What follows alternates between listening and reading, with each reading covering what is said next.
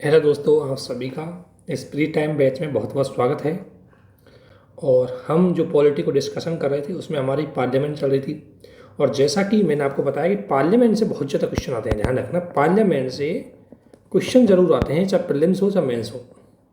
तो पार्लियामेंट के जो भी फैक्ट फिगर है उनको आपको थोड़ा कॉन्सेप्ट के साथ समझते जाना, ताकि आप किसी भी तरह के क्वेश्चन को, अगर क्वेश्चन कितना भी मैनिपुलेट होके आए, आप अच्छे से उसका आंसर दे सकें। तो इसी बात में मैंने आपको बताया था कि देखो, अगर कोई विधेयक बन के आता है, अगर कोई बिल दोनों सदनों से पारित हो जाता है, ठीक है ना, तो उसके बाद वो प्रेसिडेंट के पास चला जाता है। यानी कि मान ले, मैंने यहाँ तक बताया था आपको, सिर्फ यहाँ तक कि फर्स्ट सदन क्या करता है। फर्स्ट सदन कोई भी हो, अगर कोई फर्स्ट हाउस है, जैसा कि आपको पता है कि मनी बिल को छोड़ करके सारे बिल फर्स्ट हाउस में किसी भी सदन में आ सकते हैं, चाहे वो मनी बिल, चाहे वो लोकसभा हो या राज्यसभा हो, अपर हाउस या लोअर हाउस। लेकिन मनी बिल केवल और केवल लोअर हाउस में ही सबसे पहले आता है। तो इसी संदर्भ में आपको पता है कि मैंने पूरी प्रोसेस बताई कि विधि निर्माण की क्या प्रोसेस होती है, what is the process of the विधि जो बनाई जाती है संसद के द्वारा, उसकी क्या प्रोसेस है, उसको हमने एक एक देखा, एक एक स्टेप देखा। तो हर सदन के पास विधि की जो प्रोसेस है उसमें तीन रीडिंग होती है, फर्स्ट रीडिंग, सेकंड रीडिंग और थर्ड रीडिंग। तीनों रीडिंगों से गुजरने के बाद वो वही बिल सेम टू सेम दूसरे हाउस में जाता है। दूसरे हाउस के पास भी यही विकल्प होते हैं कि वो तीनों रीडिंग करता है, ठीक है ना। तो दूसरा हाउस के पास भी यही विकल्प होते हैं।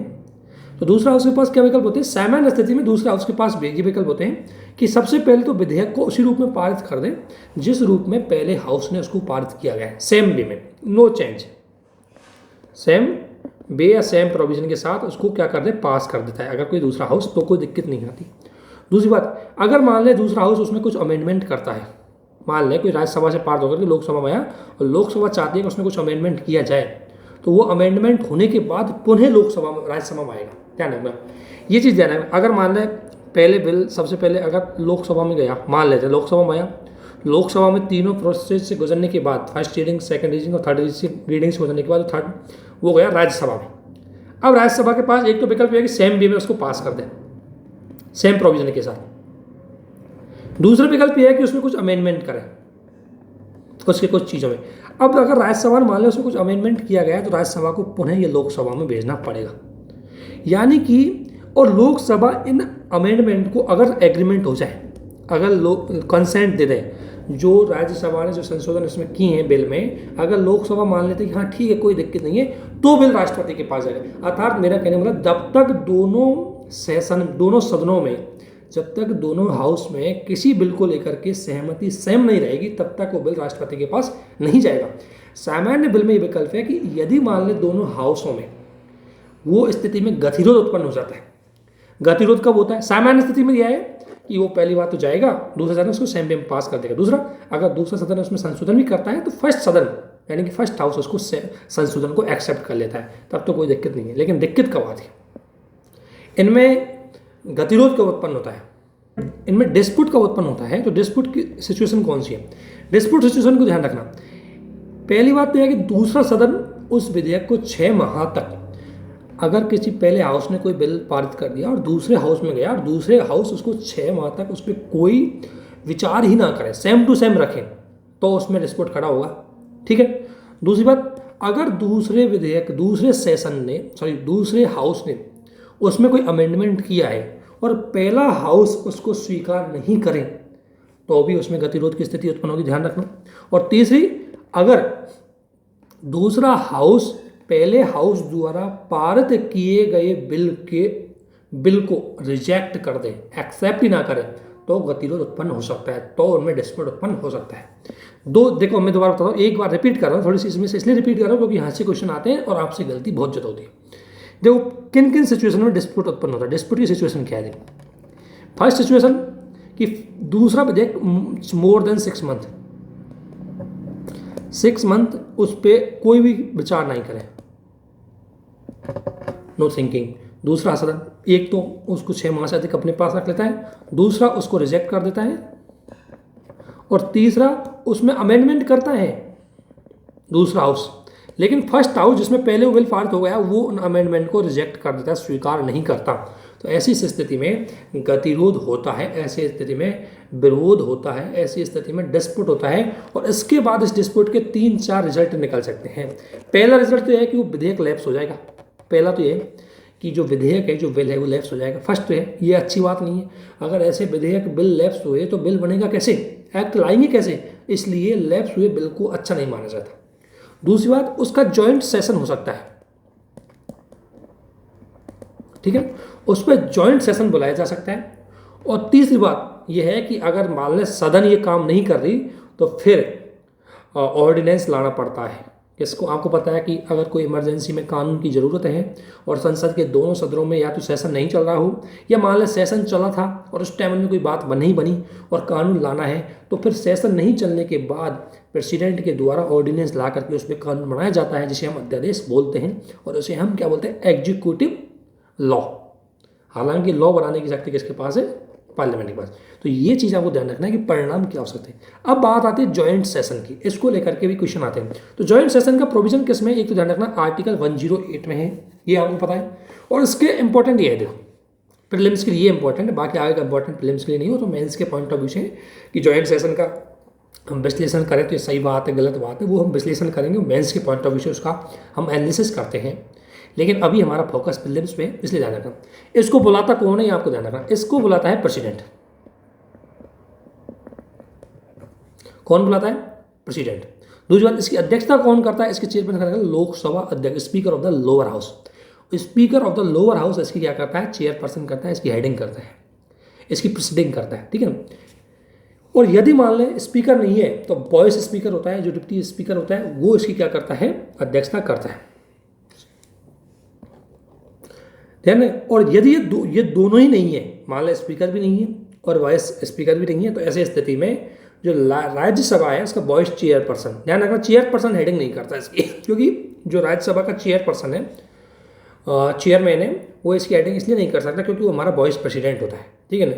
और वो किसी भी सदन का सदस्य नहीं होता। ऐसी स्थिति में उसकी अध्यक्षता नहीं ली जाती। ऐसी स्थिति में हम किसकी लेते हैं, राज्यसभा का उपसभापति इसकी अध्यक्षता करते हैं। पहले तो कौन करेगा, स्पीकर। अगर स्पीकर नहीं है तो वॉइस स्पीकर, डिप्टी स्पीकर जो होता है वो, और अगर वो भी नहीं है तो राज्यसभा का वॉइस चेयरमैन या चेयरपर्सन, ये इसकी अध्यक्षता करता है, ध्यान रखना। दूसरी बात, इसका अगर इसमें कोई प्रोसेसिंग चलेंगी तो किस रूल और रेगुलेशन के चलेंगी, तो लोकसभा के नियमों के अनुसार चलेगी, ध्यान रखना।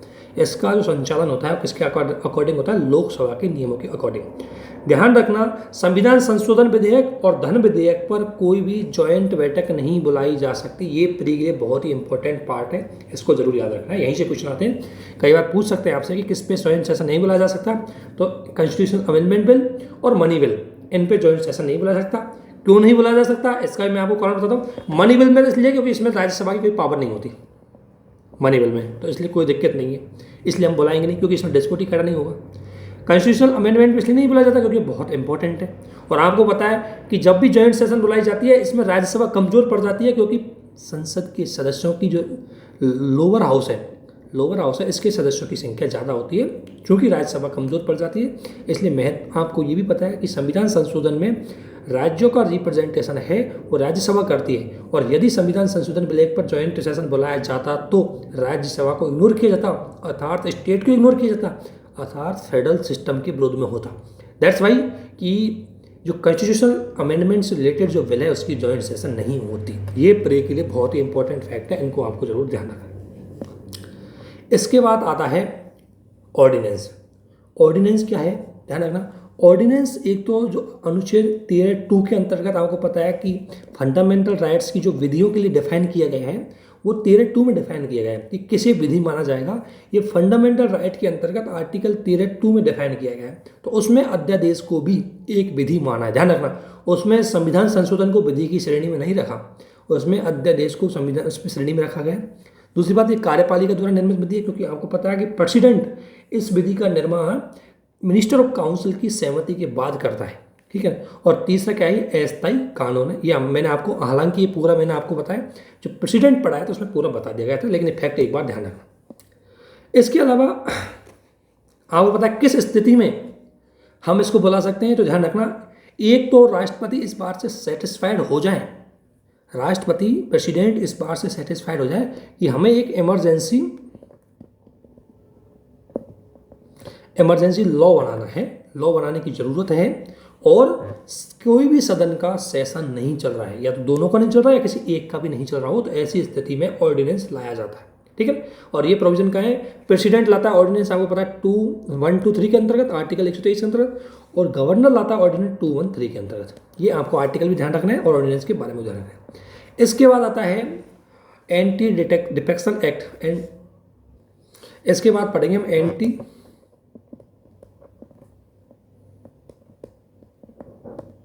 Defection act. तो एंटी डिफेक्शन एक्ट जो आपको पता है, सबसे पहला क्वेश्चन तो यही आता है कि इसको कब लाया गया, तो 52वां जो कॉन्स्टिट्यूशनल अमेंडमेंट हुआ था उसके अंतर्गत 1985 में 52 अमेंडमेंट हुआ था, उसके अंतर्गत इसको लाया गया था। पहली बात यह है कि 52वें संविधान संशोधन के द्वारा एंटी डिफेक्शन एक्ट को लाया गया, एक तो ये ध्यान रखना है। दूसरा, 10th शेड्यूल भी इसी एक्ट के अंतर्गत जोड़ी गई थी, इसको लेकर के प्री में सवाल आते हैं, तो आपसे पूछ जाएगा कि 10th शेड्यूल कब जोड़ी गई, तो 10th शेड्यूल भी 52वें कॉन्स्टिट्यूशन अमेंडमेंट में जोड़ी गई थी। ठीक है, अब ये मेंस का हो जाता है, इसको आपको छोड़ना है, कोई दिक्कत नहीं है। अब आपको पढ़ना है कि किसे डिसक्वालीफाई माना जाएगा, मतलब किसे दल बदल माना जाएगा या डिसक्वालीफाई माना जाएगा, उसके लिए इसमें लिखा हुआ है।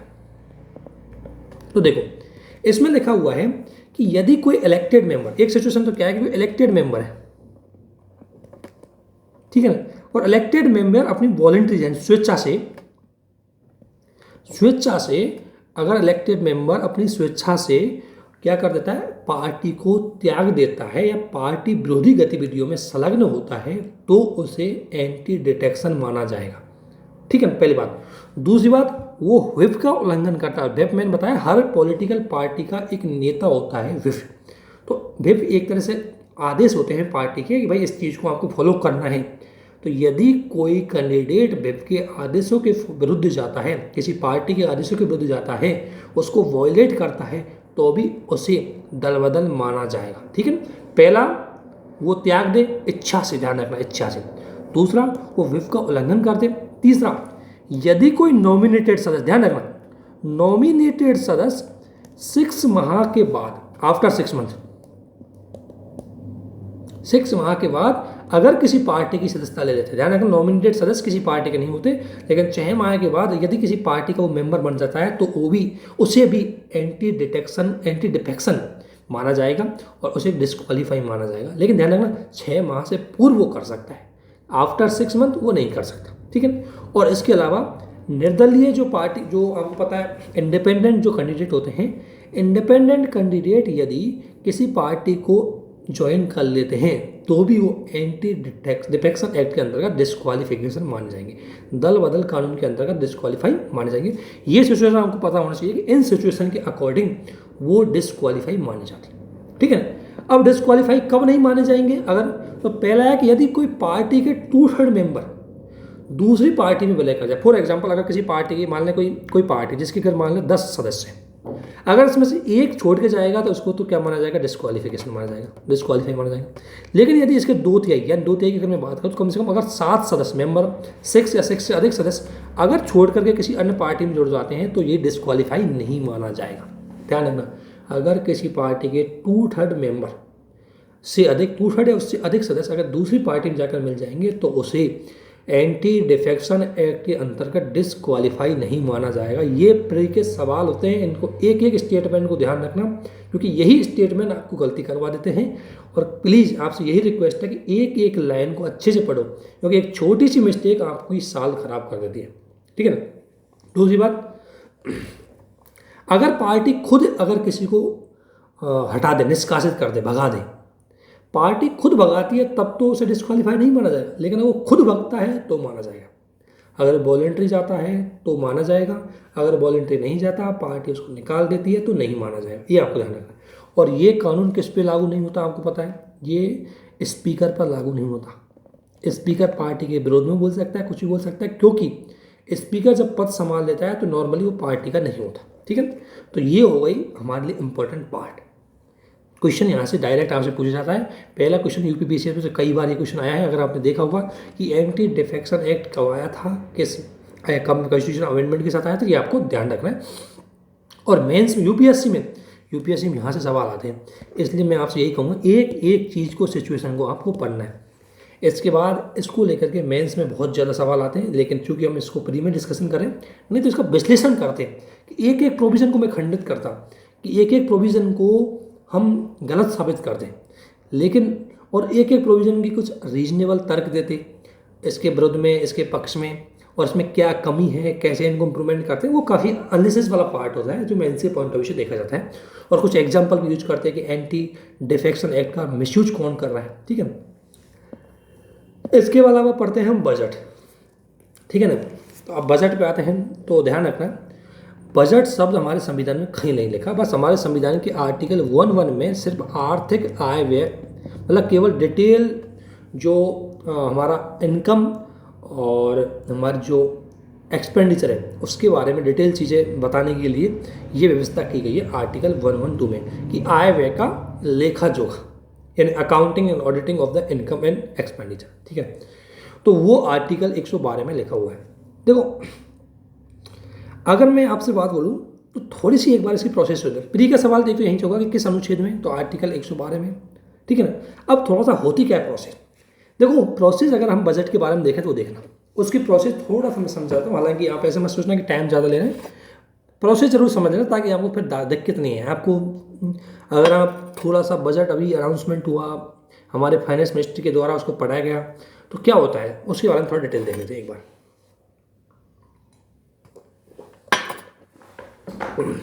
देखो, सबसे पहले बजट को प्रेजेंट करता है, और प्रेजेंट कौन करता है आपको पता है, फाइनेंस मिनिस्टर। जैसा कि 1 फरवरी को ये प्रेजेंट किया जाता है, ठीक है ना। 1 फरवरी को प्रेजेंट किया गया, ठीक है ना। और कौन करता है, मतलब first working day of February. अब मान लो 1 फरवरी को अगर संडे तो 2 फरवरी को जाएगा, ठीक है ना। तो ये सबसे पहले प्रेजेंट हुआ, ठीक है, पढ़ा, ये प्रेजेंट हो गया। फिर इसके बाद उस टाइम थोड़ी बहुत 2-4 दिन आपने देखा होगा, 2-4 दिन अभी भी चल रहा है, उसमें चर्चा होती है, डिस्कशन होता है उस पर, लेकिन ब्रीफली डिस्कशन होता है मुद्दे पे, अभी आपने देखा होगा। इसके बाद ये छोड़ो अभी, इसके बाद जाता है कि इसके पास विभिन्न प्रकार की जो डिपार्टमेंटल कमिटीज होती है वो इसको जांच करती है। वो कैसे जांच करती है, क्योंकि आपको पता है हर डिपार्टमेंट से उनका बजट भी मंगाया जाता है, भाई आपको कितना पैसा चाहिए और कहाँ कहाँ खर्च करेंगे। तो उन डिपार्टमेंटों के पैसे को वेरीफाई करती है ये डिपार्टमेंटल कमेटी, और उसके बाद अलोकेट करती है कि हाँ इसको हमें इतना बजट देना है। फॉर एग्जांपल, अगर मान लो एजुकेशन डिपार्टमेंट ने 10,000 करोड़ रुपए मांगे, तो ये डिपार्टमेंटली जो समिति एजुकेशन से संबंधित होगी, ये इसको चेक करेगी कि आपको 10,000 करोड़ रुपए चाहिए भी या नहीं चाहिए। तो फिर ये वेरीफाई करेगी, इसके बाद बजट से इनको अलोकेट करेगी कि हाँ आपको चाहिए। तो डिपार्टमेंटली समितियाँ इन बजट के जो भी अलोकेशन होता है उसको क्या करती है, चेक करती है।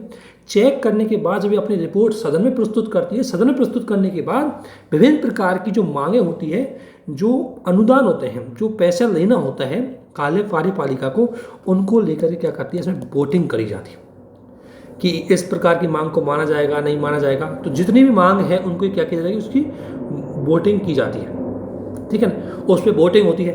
वोटिंग होने के बाद इसके बाद जो डिपार्टमेंटल कमेटी जब उसको देती है, उसके बाद सदन में आता है, और सदन में उसको लेकर रिट्रेचमेंट संबंधित जो मोशन है, रिट्रेचमेंट मोशन या कट मोशन बोल सकते हैं हम, कटौती प्रस्ताव, या हिंदी बोलते हैं इसको कटौती प्रस्ताव। तो कटौती प्रस्ताव पारित होते हैं, ठीक है ना, उसको देखेंगे। उसके बाद क्या होता है कि ध्यान रखना, ये सब कुछ पारित होने के बाद क्या होता है कि सरकार को पैसा निकालने के लिए विनियोग विधेयक, यानी विनियोग विधेयक को पारित करवाना होता है। और विनियोग विधेयक जब पारित होगा, विनियोग विधेयक है ना, इसके बाद आता है विनियोग विधेयक, जिसे बोलते हैं एप्रोप्रिएशन बिल। एप्रोप्रिएशन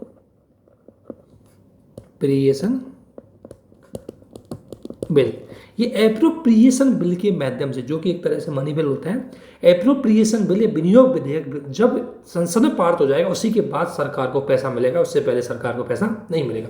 तो ये एक प्रोसेस है, थोड़ा सा इसको वैसे ही ब्रीफली जानकारी दें। तो सबसे पहले क्या होता है, बजट का प्रेजेंटेशन करता है। कौन करता है, फाइनेंस मिनिस्ट्री करता है। कैसे करता है, राष्ट्रपति की पूर्व सहमति के बाद। ध्यान रखना, prior recommendation by the president, उसके बाद फाइनेंस मिनिस्ट्री उसका क्या करती है, प्रेजेंटेशन करती है। इसके बाद होती है उसमें जनरल चर्चा होती है। जनरल डिस्कशन का मतलब यह है कि इस बजट का क्या एम है, तो उसको संसद में डिस्कशन किया जाता है।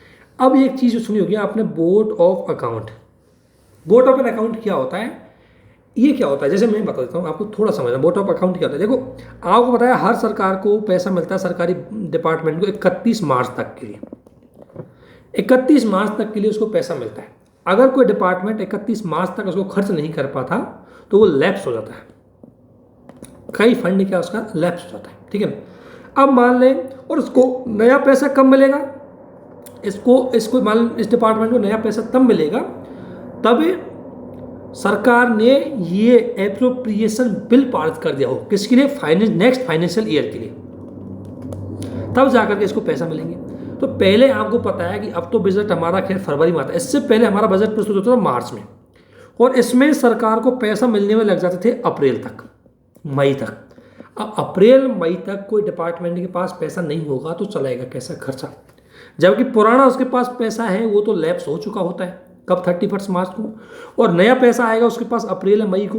तो इस बीच की ड्यूरेशन में सरकार को अपना खर्चा चलाने के लिए संसद से अनुमति लेनी पड़ती है, उसके लिए एक बिल लाना पड़ता है, उसी बिल को बोलते हैं बोर्ड ऑफ एन अकाउंट, यानी कि लेखा अनुदान। लेखा अनुदान जब तक कि सरकार के पास बजट पारित नहीं हो और उस फाइनेंशियल ईयर का पैसा नहीं है, उससे पहले पैसा सरकार चलाने हेतु जो पैसा चाहिए होता है उसको निकालने के लिए बोर्ड ऑफ एन अकाउंट लाया जाता है, लेखा अनुदान। समझ गए? तो अब लेखा अनुदान आपको समझ में आ गया। हालांकि पिछले 2 साल से जब से इसको फरवरी में पेश किया गया तब से बोर्ड ऑफ एन अकाउंट की कोई जरूरत नहीं पड़ी, क्योंकि 1 फरवरी को होता है, 31 मार्च तक सारी प्रोसेस हो जाती है और सारे डिपार्टमेंटों को पैसा मिल जाता है। तो जैसे ही उनका लैप्स होता है 1 तारीख से नया जो उनको अलॉट हुआ है पैसा उसका वो यूज करना चालू कर देते। तो इसलिए अब इसकी जरूरत नहीं पड़ी, लेकिन प्रोसेसिंग हमने रखी थी कि अगर मान लो बजट पूरा प्रोसेसिंग में नहीं जाए, उससे पहले गवर्नमेंट को पैसे की जरूरत पड़ी है तो वो इसके माध्यम से अपना पैसा निकाल सकती है।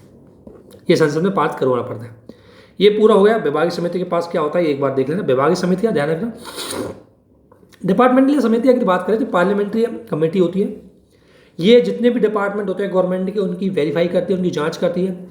ये विभागीय समिति आपको पता है ज्वाइंट समितियाँ होती है, क्योंकि इसमें लोकसभा और राज्यसभा के सदस्यों की संख्या होती है। जैसे 10 तो होते हैं इसमें राज्यसभा के और 21 होते हैं इसमें लोकसभा के, ठीक है। ये समितियाँ स्टैंडिंग मतलब परमानेंट होती है। और इनकी अगर देखें तो विभागीय समितियाँ डिपार्टमेंटल अगर कमेटी की हम बात करें तो भारत में 24 डिपार्टमेंटल कमेटियाँ हैं, जिनमें 16 डिपार्टमेंटल कमेटियाँ हैं वो लोकसभा के रूल के अकॉर्डिंग चलती है, क्योंकि उन पर लोकसभा का कंट्रोल होता है। और 8 कमेटियाँ हैं इन पर राज्यसभा का चलता है। अर्थात विभागीय समिति को लेकर भी कई बार क्वेश्चन यूपीएससी और पीसीएस में पूछे गए हैं, इसलिए प्लीज़ इस इन्फॉर्मेशन को देख लेना कि ये क्या होती है। तो ध्यान रखना इनका संविधान में कहीं विवरण नहीं है, ये केवल लोकसभा के और संसद के नियमों में आती है। और हर विभाग के कार्यों, अब आपको पता है विभाग तो बहुत सारे हैं, समितियाँ 24, अर्थात एक समिति के पास, एक कमेटी के पास 3, 4, 5 विभाग होते हैं जिनको वेरीफाई करते हैं, ठीक है। इसके बाद आता है अगर हम बात करें तो कटौती की अगर हम बात करें, कटौती प्रस्ताव बोलते हैं इसको। तो कटौती प्रस्ताव है, ये सरकार पे कंट्रोल करती है पार्लियामेंट, इनके माध्यम से, है ना। इनके माध्यम से पार्लियामेंट क्या करती है, सरकार पे क्या करती है, कंट्रोल करती है। तो ये एक महत्वपूर्ण चीज़ है, इसको जरूर आपको देख रहे हैं। तो इसको मैं अभी आपको बताता हूँ। सबसे पहले कटौती प्रस्ताव को बोलते हैं कट मोशन, ये ध्यान रखना,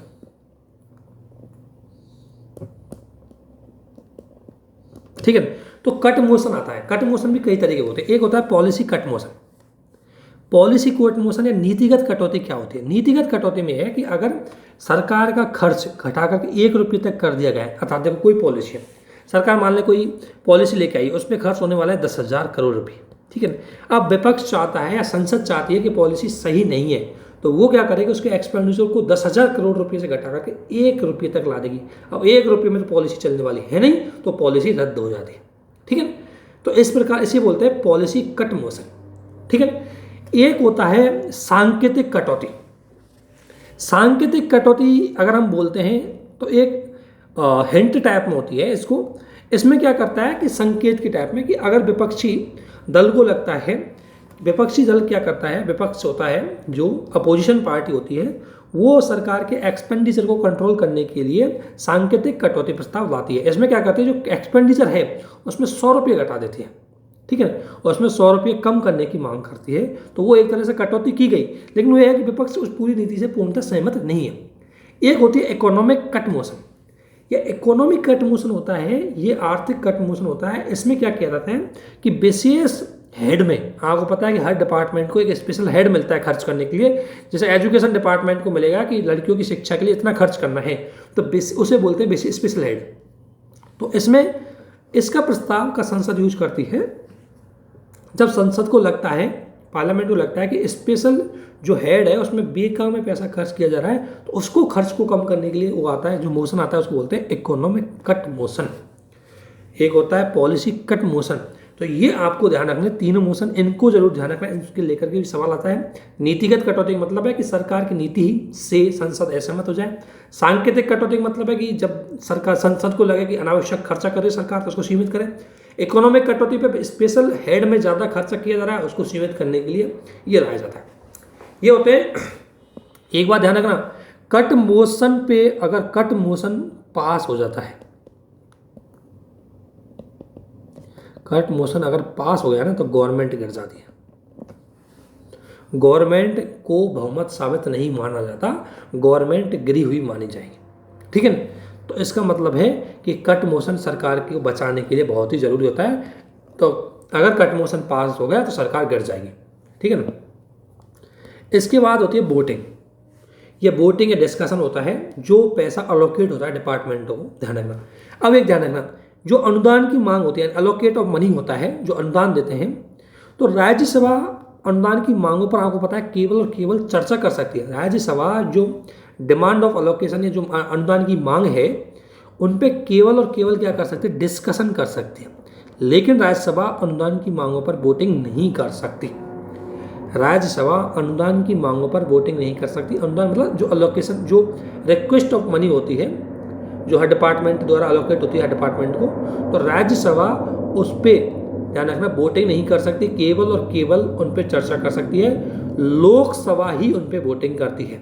लेकिन कॉन्सोलिडेटेड फंड या संचित निधि पर भारत व्यय, आपको पता है संचित निधि पर भारत व्यय किसका होता है, सुप्रीम कोर्ट के जज का, प्रेसिडेंट का, हाई कोर्ट के जज का। अगर संचित निधि पर भारत व्यय जो वेतन के लिए यूज होता है, उस व्यय पर भी लोकसभा खुद भी वोटिंग नहीं कर सकती। अदर व्यय पे तो खर्च कर सकती है, वोटिंग भी कर सकती है, लेकिन जो सैलरी खर्च होती है, विशेषकर सुप्रीम कोर्ट के जज की, हाई कोर्ट के जज की, क्योंकि उनकी इंडिपेंडेंस को बनाए रखने के लिए बहुत जरूरी है। इसलिए ये थोड़ा सा ध्यान रखना। दोबारा से मैं बोल रहा हूँ एक एक स्टेटमेंट को। राज्यसभा अनुदान की मांगों पर चर्चा कर सकती है, वोटिंग नहीं कर सकती। दूसरी बात, लोकसभा भी जो संचित निधि है या कंसोलिडेटेड फंड है, उस पर जो डिपेंड एक्सपेंडिचर होता है उस पर चर्चा कर सकती है, वोटिंग नहीं कर सकती। वो केवल सैलरी से जुड़े हुए जो फंड होते हैं। इसके अलावा लोकसभा अन्य सभी चीज़ों पर क्या कर सकती है, चर्चा कर सकती है, उस पर वोटिंग भी करती है और चर्चा भी करती है। लेकिन किसी की सैलरी जो कंसोलिडेटेड फंड से कटती है, उस पर वोटिंग नहीं कर सकती, चाहे वो लोकसभा हो या राज्यसभा हो, ठीक है। ये आपको ध्यान रखना है। इसके बाद एप्रोप्रिएशन, जो मैंने आपको बिल बताया, एप्रोप्रिएशन बिल या विनियोग विधेयक, ये एक तरह से क्या होता है, ये भी एक तरह से धन विधेयक होता है। और इसको पारित होने के बाद ही सरकार को कंसोलिडेटेड फंड से या संचित निधि से पैसा निकालने की अनुमति मिलती है। सरकार पैसा निकालने के लिए कौन सा बिल लाती है, वो ध्यान रखना, विनियोग बिल। उसके बिना सरकार को पैसा नहीं मिलता। और ये कौन सा बिल होता है, विनियोग बिल को ही हम क्या बोलते हैं, मनी बिल बोलते हैं। तो इसकी जो प्रोसेस होगी उस मनी बिल की तरह होगी कि सबसे पहले ये राष्ट्रपति की पूर्व सहमति लेगा, फिर ये जाएगा लोकसभा में। लोकसभा पारित होने के बाद राज्यसभा के पास बहुत कम टाइम होता है, 14 दिन होता है। 40 डेज में लोग राज्यसभा के द्वारा दी गई चीज़ों को माने भी नहीं भी माने, वो लोकसभा पे डिपेंड करता है। इसके बाद ये प्रेसिडेंट के पास जाता है। प्रेसिडेंट इसको रिव्यू नहीं भेज सकता, ध्यान रखना। प्रेसिडेंट फिर इस पर सहमति दे देता है। इसके बाद आते हैं फाइनेंस बिल।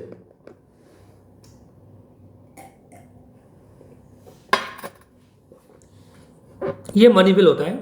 फाइनेंस बिल को बोलते हैं मनी बिल या वित्त बिल। और ये कौन से होते हैं, कर से रिलेटेड, जो बजट में आपको पता है कोई टैक्सेशन घटाना बढ़ाना है तो उसको लेकर के आते हैं, ये आपको ध्यान रखना है। इसके बाद ग्रांट होती है कई, तो उन ग्रांटों को लेकर के आपको थोड़ा सा उनकी शब्दावली को लेकर के थोड़ा सा उनको ध्यान रखना है, उनको लेकर सवाल आते हैं। एक होती है सप्लीमेंट्री ग्रांट। ये किस अनुच्छेद में, आर्टिकल 115 में। ये क्या होती है, तो ये ध्यान रखना। यानी कि क्या होता है, जो खर्चा पहले से बजट में उल्लेखित है, यानी कि मान लेते हैं, मैं एग्जांपल के साथ समझाऊंगा, आपको ध्यान रखना। जो खर्चा बजट में, मान लेते हैं एजुकेशन डिपार्टमेंट के लिए सरकार ने, संसद ने बोला कि 10,000 करोड़ रुपये खर्च करने, लेकिन वो राशि पड़ गई कम, वो रुपया पड़ गया कम। अब अतिरिक्त राशि की जरूरत है तो सरकार को संसद से सहमति लेनी पड़ती है, तो उसके लिए सरकार को कौन सा बिल लाना पड़ता है, सप्लीमेंट्री ग्रांट। ध्यान रखना, जो बजट में जो राशि पहले से गई वो कम पड़ गई, तो उसके लिए और पैसा चाहिए तो संसद के पास जाएंगे और सप्लीमेंट्री ग्रांट उससे पास करवाएंगे, उसे बोलते हैं सप्लीमेंट्री ग्रांट। ठीक है। इसके बाद होती है एडिशनल ग्रांट। एडिशनल ग्रांट का मतलब है कि मान लें किसी डिपार्टमेंट को 10,000 करोड़ रुपए मिले और उसने एक नई योजना बना दी, नई सर्विस और जोड़ दी, तो उस नई सर्विस में पैसा बजट में तो नहीं मिला, अब उसको चाहिए पैसा, तो उसके लिए जो उसको ग्रांट की पास करवानी पड़ेगी उसे बोलेंगे एडिशनल ग्रांट। यानी कि नई सेवा के लिए जिसका खर्चा बजट में उसको अलोकेट हुआ था, उससे ज़्यादा चला गया उस डिपार्टमेंट को, तो अब उस डिपार्टमेंट को पैसा चाहिए तो उसके लिए उसको एडिशनल ग्रांट पास करवानी पड़ेगी। याद रखना, ये सवाल यूपीएससी ने पूछे मिलान के लिए, तो आपको ध्यान रखना है। पीसीएस में सवाल आर्टिकल पूछ सकते हैं, वो भी ध्यान रखना है। इसके बाद आता है vote of credit. Vote of credit ये कहते हैं कि सरकार का ब्लैंक चेक होता है, सरकार इसमें पैसे मांगती है, ऐसे पैसे मांगती है जिसको डिस्क्लोज पार्लियामेंट में नहीं कर सकती। जैसे हमारे विदेशों में एक्सपेंडिचर होते हैं, हमारी इंटेलिजेंस एजेंसियों को पैसे देने होते हैं, तो जो गुप्त रखने वाली चीज़ें होती हैं उनके लिए सरकार पैसा मांगती है, उसके लिए पार्लियामेंट कुछ भी नहीं पूछ सकती, उस पैसे को बोलते हैं वोट ऑफ क्रेडिट। और एक होता है एक्सेप्शनल ग्रांट या आपदादिक अनुसार। ये क्या होता है कि ये बजट का पार्ट नहीं होता पहली बात तो, और ये किसी विशेष प्रयोजन पे लिए उसको खर्च कर दिया जाता है, तो उसे बोलते हैं exceptional grant. For example, budget का पार्ट नहीं था, डोनाल्ड ट्रंप भारत में आ रहा है और डोनाल्ड ट्रंप भारत में आया, 200 करोड़ भारत के खर्च हो गए, तो वो जो पैसा चाहिए सरकार को उसको बोलते हैं एक्सेप्शनल ग्रांट। इसके बाद आता है मोर ग्रांट या मोर अनुदान, ज़्यादा अनुदान। तो इसमें क्या होता है कि इसमें किसी वित्तीय वर्ष में किसी निर्धारित सेवा में ज़्यादा खर्च कर दे। इसमें क्या होता है, देखो फॉर एग्जांपल, मैं एग्जांपल के साथ समझाता हूँ। क्या होता है कि मान लेते हैं कि एक डिपार्टमेंट है, हेल्थ डिपार्टमेंट, इसको 10,000 करोड़ रुपये अलोकेट हुए थे फाइनेंशियल ईयर 2021-22 के लिए। इस दौरान इसने इसमें से खर्च कर दिए कितने, 12,000 करोड़ रुपए इसने खर्च कर दिए। अलोकेट तो हुए 10,000 करोड़, कर दिया 12,000 करोड़, तो ये 2,000 करोड़ रुपए के लिए इसको ज़्यादा अनुदान बिल पास करवाना पड़ेगा। और इसमें क्या होगा, जब नेक्स्ट फाइनेंशियल ईयर के लिए इसको मान लें 10,000 करोड़ रुपए मिलेंगे, तो उसमें से 2,000 करोड़ रुपए पहले से ही संसद काट लेगी, इसको केवल और केवल 8,000 करोड़ रुपए ही मिलेंगे, उसे बोलते हैं ज़्यादा अनुदान। ठीक है, तो ये चीज़ आपको ध्यान रखनी है। ये टर्मोलॉजी है ना, ये संसद की जो टर्मोलॉजी है, यही सवाल आपसे पूछे जाते हैं। इसके बाद आते हैं मनी बिल की प्रोसेसिंग पे। तो मनी बिल का जो पूरा विवरण है, पूरी डिटेल है, वो आर्टिकल 110 में दी गई है। किसमें मनी बिल, आर्टिकल 110 में। और मनी बिल किसको लगाते हैं, किसको, ध्यान रखना ये 6 डेफिनेशन है कि एक तो टैक्स को कम करना, हटाना, चेंज करना, टैक्स को कम करना, हटाना, चेंज करना, इससे संबंधित अगर कोई विषय है तो वो मनी बिल कराएगा। इसके अलावा जो बोरोइंग है गवर्नमेंट की, इसके अलावा कॉन्सोलिडेटेड फंड में अगर पैसा जमा करवाना है या निकालना है तो भी इसमें आएगा, या कॉन्सोलिडेटेड निधि से जो हम एप्रोप्रिएशन जो बिल के माध्यम से पैसा निकालते हैं वो भी इसी में आएगा। और इसके अलावा अगर किसी व्यय को भारत की संचित निधि पर, यानी कि कोई भी एक्सपेंडिचर जो डिपेंड ऑन इंडियन जो कॉन्सोलिडेटेड फंड पे डिपेंड होता है, उस पर अगर वो लाइजिंग होता है, उस पर अगर वो विधेयक वो खर्च भारत होता है, तो वो खर्च भी मनी बिल में आएगा, उस खर्च को भी। और ये जितने भी हमारे यानी कि कंसोलिडेटेड फंड से जितना भी पैसा निकालना है, जोड़ना है, कम करना है, वो सारे बिल किस नाम से जाने जाएंगे, मनी बिल के नाम से। ध्यान रखना, यूपीएससी ने 2018 में यहाँ से क्वेश्चन पूछा था कि किसको मनी बिल की श्रेणी में शामिल किया जाएगा। इनमें से कोई भी एक विषय है उसको मनी बिल माना जाएगा। अगर 6 है तो अच्छी बात हो, तो वैसे भी मनी बिल होगा। ठीक है। और इसके बाद मनी बिल की प्रोसेस तो मैंने आपको बताई थी। ये मनी बिल सबसे पहले, हाँ एक चीज़ होता है, कोई भी बिल मनी बिल है या नहीं है, कोई बिल धर्म विधेयक है या नहीं है, इसका डिसीजन कौन लेता है, स्पीकर ऑफ लोअर हाउस। ये सबसे बड़ी बात है कि वेरीफाई करता है कि कोई बिल मनी बिल है या नहीं है। यानी कि धन विधेयक को सत्यापित करना, प्रमाण करने की शक्ति किसके पास होती है, तो लोकसभा स्पीकर के पास होती है। इसको लेकर क्वेश्चन बहुत ज़्यादा आते हैं, आपको ध्यान रखना। और ध्यान रखना इतना ही नहीं, सुप्रीम कोर्ट ने जो आधार का मामला था उसमें सुप्रीम कोर्ट ने खुद ने बोला है कि लोकसभा अध्यक्ष की इच्छ शक्ति का मैं वेरीफाई कर सकता हूँ, रिव्यू कर सकता हूँ कि ये लोकसभा अध्यक्ष इसका मिसयूज तो नहीं कर, अर्थात कोई विधेयक धन विधेयक है या नहीं है इसकी जांच करता है लोकसभा अध्यक्ष, और लोकसभा अध्यक्ष के इस डिसीजन को वेरीफाई करती है, रिव्यू करती है सुप्रीम कोर्ट। ठीक है। इसके अलावा सबसे पहले ये लोकसभा में जाता है, आपको पता है, इसके लिए राष्ट्रपति की पूर्व सहमति भी लेनी पड़ती है, और राज्यसभा के पास इतनी सी पावर है वो 14 डेज के लिए इसको रख सकती है। अदरवाइज राज्यसभा की कोई रिकमेंडेशन है वो लोअर हाउस पर डिपेंड करती है, वो मान भी सकती है, नहीं भी मान सकती।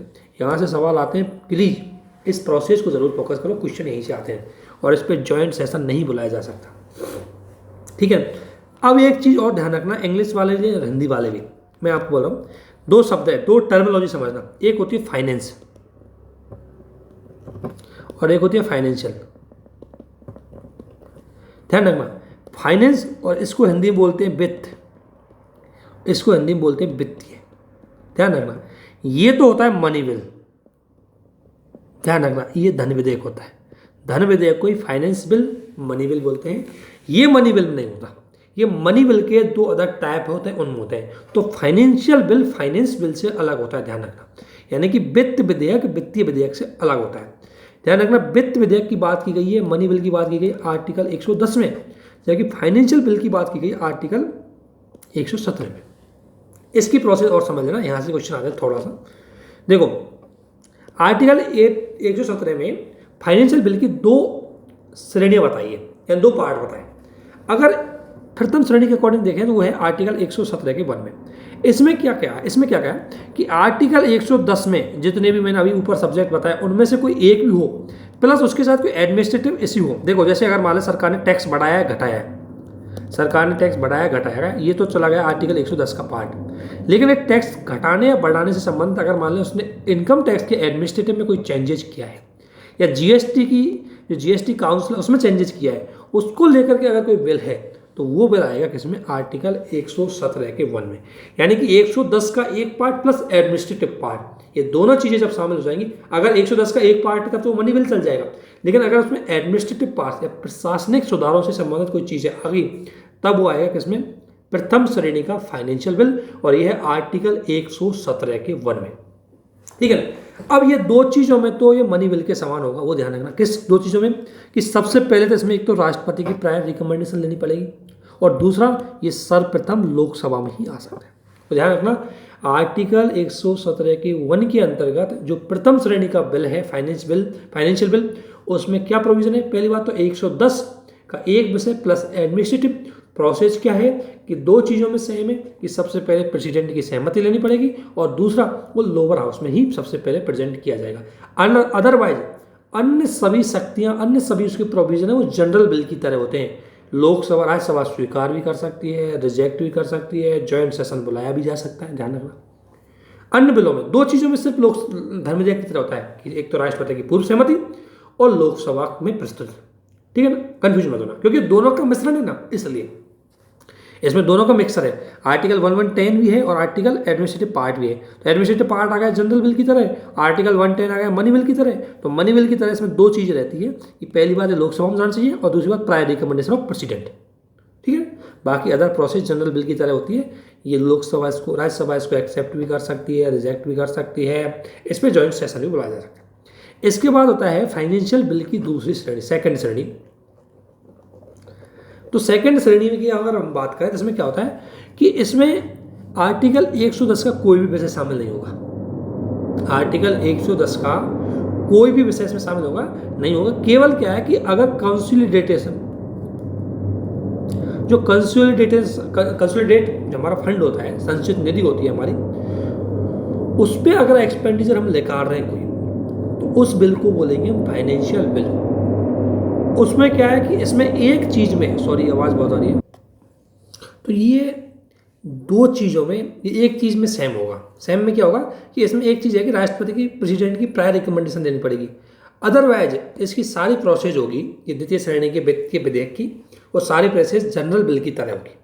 जनरल बिल की तरह कि राज्यसभा में ये सबसे पहले राज्यसभा में लाया जा सकता है, संशोधन भी किया जा सकता है, कुछ भी किया जा सकता है। ध्यान रखना, ये थोड़ा डीपली चले जाते हैं, आपको कुछ नहीं ध्यान रखना। वित्तीय बिल की व्यवस्था अगर पीछे के साथ देखें तो किस अनुच्छेद में है वो ध्यान रखना। ये मनी बिल से किस तरीके से अलग है वो भी थोड़ा सा ध्यान रखना बस। इसके बाद भारत की जो पब्लिक फंड है उसमें एक है कंसोलिडेटेड फंड, एक है पब्लिक फंड अकाउंट और एक है कंटीजेंसी अकाउंट, जिसे बोलते हैं कंटीजेंसी फंड। इसको लेकर के इसमें ध्यान रखना, पीसीएस में डायरेक्ट सवाल आता है कि आर्टिकल किस किस आर्टिकल में, तो ध्यान रखना कंसोलिडेटेड फंड है या संचित निधि है वो आर्टिकल 266 में, सॉरी। इसके अलावा लोक लेखा निधि है, पब्लिक अकाउंट है, वो आर्टिकल 266 में वो भी, और जो कंटीजेंसी फंड है या आकस्मिक निधि हम जिसे बोलते हैं वो आर्टिकल 267 है। तो सबसे पहले आर्टिकल्स को लेकर के भी क्वेश्चन पूछे जाते हैं, ठीक है। इसके अलावा अगर हम बात करें तो संचित निधि, ये सरकार के पास पैसा होता है ना, टैक्स क्या क्या कौन सा पैसा आता है जो सरकार का खुद का पैसा होता है टैक्स के माध्यम से, और इससे अगर पैसा निकालना है तो किसके माध्यम से, केवल और केवल बिल विधि मतलब लॉ बना करके ही संचित निधि से पैसा निकाला जा सकता है, अर्थात संसद की बिना सहमति से संचित निधि से पैसा नहीं निकाला जा सकता। और संचित निधि का पैसा है वो गवर्नमेंट का खुद का पैसा होता है, ठीक है, और इसमें संसद की अनुमति लेनी पड़ती है, और राज्यों की संचित निधि अलग होती है और सेंटर की संचित निधि अलग होती है। इसके बाद पब्लिक अकाउंट की पास करूँ तो मैं मेरा पब्लिक अकाउंट कौन सा होता है, यानी कि जो गवर्नमेंट की छोटी छोटी सेविंग्स होती है। आपने सुना होगा गवर्नमेंट की स्मॉल फाइनेंशियल सेविंग चलती है, जितनी भी गवर्नमेंट की स्कीम्स होती है उनका जो पैसा होता है जो एक टाइम के बाद गवर्नमेंट को सरकार जनता को देना पड़ता है, चुकाना पड़ता है, उस प्रकार के पैसे को बोलते हैं हम, उस प्रकार का जो रुपया है अकाउंट है उसको बोलते हैं पब्लिक अकाउंट। सरकार को वापस देना पड़ता है, और इसमें अगर खर्च करना है पब्लिक अकाउंट में से अगर सरकार खर्च करना चाहती है तो राष्ट्रपति की सहमति लेनी पड़ती है, संसद की सहमति की कोई ज़रूरत नहीं है। इसके बाद होती है कंटीजेंसी फंड। कंटीजेंसी अगर मैं फंड की बात करूं तो ये क्या है कि आपातकालीन स्थिति में खर्च करने के लिए इसको पैसा रखा गया है, और इसमें राष्ट्रपति की सहमति से इससे आप कभी भी पैसा निकाल सकते सरकार। और दूसरी बात, इस पर राष्ट्रपति के नाम पर इसका जो पूरा देख रेख कौन करता है, तो वो फाइनेंस मिनिस्ट्री के अंतर्गत जो अपना डिपार्टमेंट है आर्थिक मामलों का डिपार्टमेंट, यानी economic department of economic affairs, उसका जो सेक्रेटरी होता है, ध्यान रखना दोबारा सुनना, इसका देख रेख कौन कर रहा है, सचिव। सेक्रेटरी कौन करता है, आर्थिक मामलों के विभाग का जो सेक्रेटरी होता है, जो ये विभाग किस मंत्रालय के अंतर्गत आता है, तो ये विभाग फाइनेंस मिनिस्ट्री के अंतर्गत आता है। उसी का जो सेक्रेटरी होता है वो इस फंड की देखरेख करता है। ये आपको ध्यान रखना है, क्वेश्चन एक तो यहाँ से भी आ सकता है।